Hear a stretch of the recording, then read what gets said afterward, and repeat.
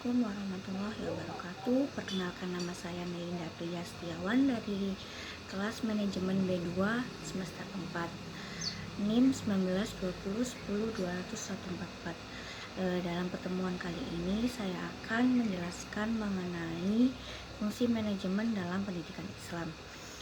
Para pakar manajemen pada era sekarang mengabstraksikan proses manajemen menjadi 4 proses, yaitu planning, organizing, actuating, dan controlling.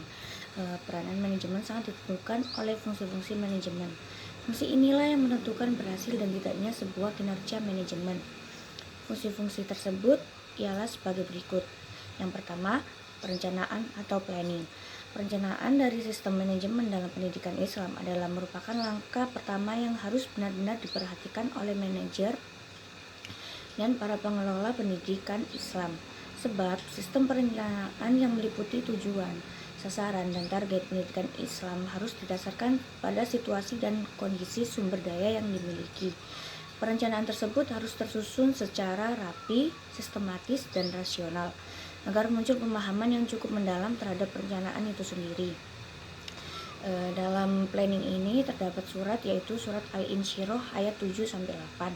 Yang kedua, pengorganisasian atau organizing. Pengorganisasian dalam pendidikan Islam adalah proses penentuan struktur, aktivitas, interaksi, koordinasi, desain struktur, wewenang, tugas secara transparan dan jelas. Pengorganisasian dalam pendidikan Islam merupakan implementasi dari perencanaan yang telah ditetapkan sebelumnya, yang terdapat dalam surat Ali Imran ayat 103. Yang ketiga, yakni penggerakan atau actuating. Dalam pendidikan Islam, penggerakan merupakan suatu upaya untuk memberikan arahan, bimbingan, dan dorongan kepada seluruh SDM dari personil yang ada dalam suatu organisasi agar dapat menjalankan tugasnya dengan kesadaran yang paling tinggi. Yang keempat, pengawasan atau controlling.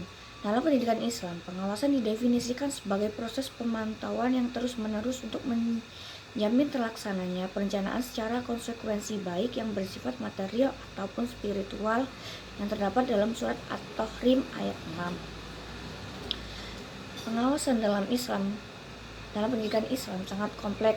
Pengawasan material dan pengawasan spiritual.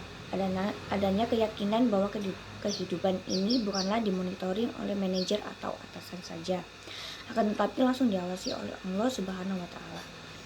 Dari uraian di atas tentang manajemen, maka dapat penulis simpulkan sesuai dengan rumusan masalah yang disebutkan di atas sebagai berikut.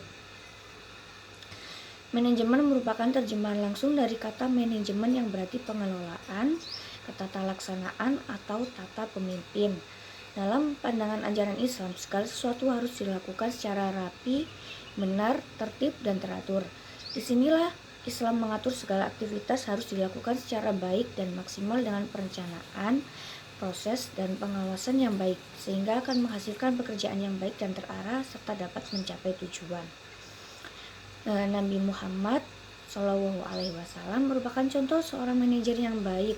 Hal ini dapat dilihat bagaimana Rasulullah Subhanahu wa Ta'ala menempatkan seseorang pada tempat yang tepat sesuai dengan kemampuan dan kapasitasnya. Sistem manajemen dalam pendidikan Islam merupakan proses yang koordinatif, sistematik, dan integratif. Proses ini dimulai dari perencanaan, pengorganisasian, penggerakan, sampai pada pengawasan. Proses ini didasari oleh nilai-nilai Islam. Oleh karena itu, sistem tersebut sekaligus mempunyai nilai material dan spiritual. Sekian yang dapat saya jelaskan mengenai fungsi-fungsi dalam manajemen. Untuk kurang lebihnya mohon dimaafkan. Wassalamualaikum warahmatullahi wabarakatuh.